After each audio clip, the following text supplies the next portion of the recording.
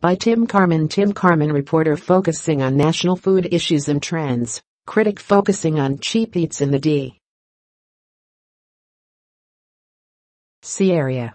Email bio follow October 16 at 8 a.m. José Andrés is back in a disaster zone, posting photos and videos on Twitter from the Florida Panhandle where his nonprofit organization, World Central Kitchen, is feeding thousands of people devastated by Hurricane Michael, the tropical storm that quickly grew into one of the biggest hurricanes to ever hit the area. The chef, restaurateur and humanitarian's visit to Florida comes just a month after he traveled to North Carolina to help feed residents in the wake of Hurricane Florence, and as he's promoting his new book, We Fed an Island, which details the many trials that Andrés and WCK faced while preparing millions of hot meals for the people of Puerto Rico after Hurricane Maria. He has become a regular presence in areas affected by earthquakes, fires and hurricanes, a fact that not only underscores his commitment to disaster relief, but also the frequency with which disasters are striking. José Andrés' riveting We Fed an Island calls for a revolution in disaster relief. This is like Groundhog Dog, says Andrés, referencing the Bill Murray flick in which the main character relives the same 24 hours over and over. It's probably getting boring for the people following on Twitter. If his followers are suffering from disaster fatigue, Andrés isn't. Or at least he's not showing it. Since he arrived on Sunday, he's been preparing and delivering meals in Panama City and Mexico Beach, two of the towns hardest hit by Michael. Just as important, Andrés is on the ground, hearing the stories and frustrations of those most affected.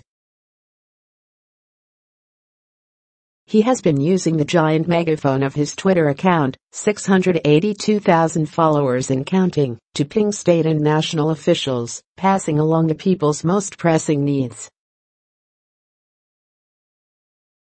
The chef has named Senator Marco Rubio, Florida Governor Rick Scott and William Brock Long, administrator of the Federal Emergency Management Agency, among others.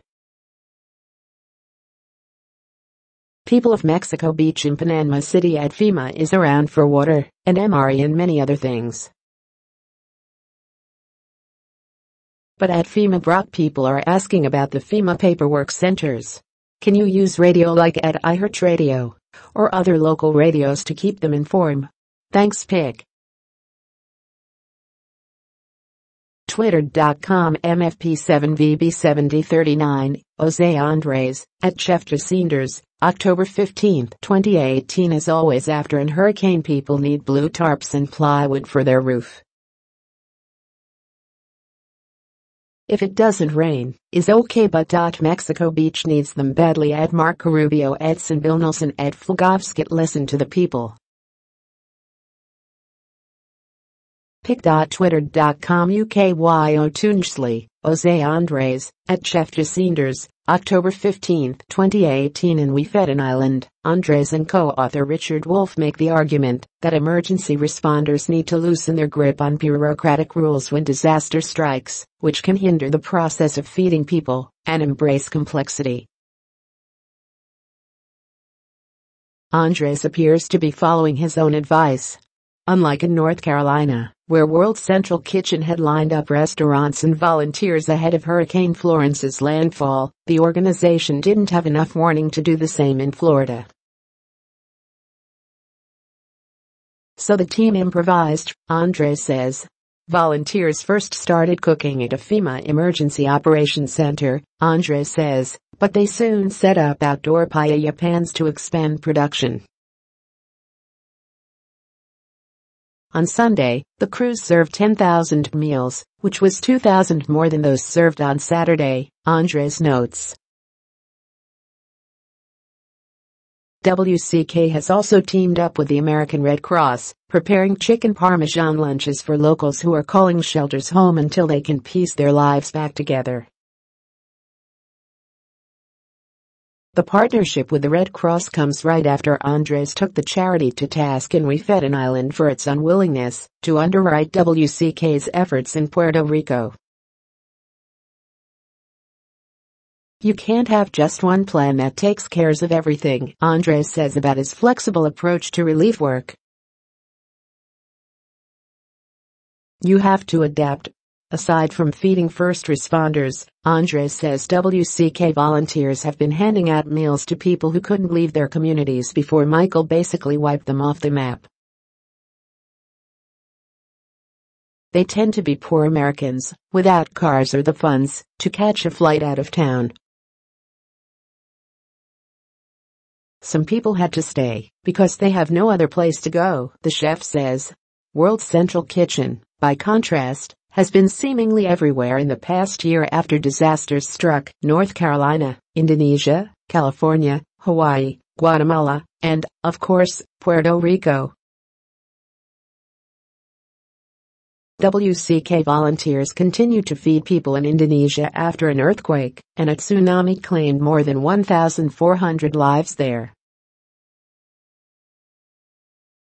Between Florida and Indonesia, Andres predicts that his teams will serve more than 25,000 meals on Monday.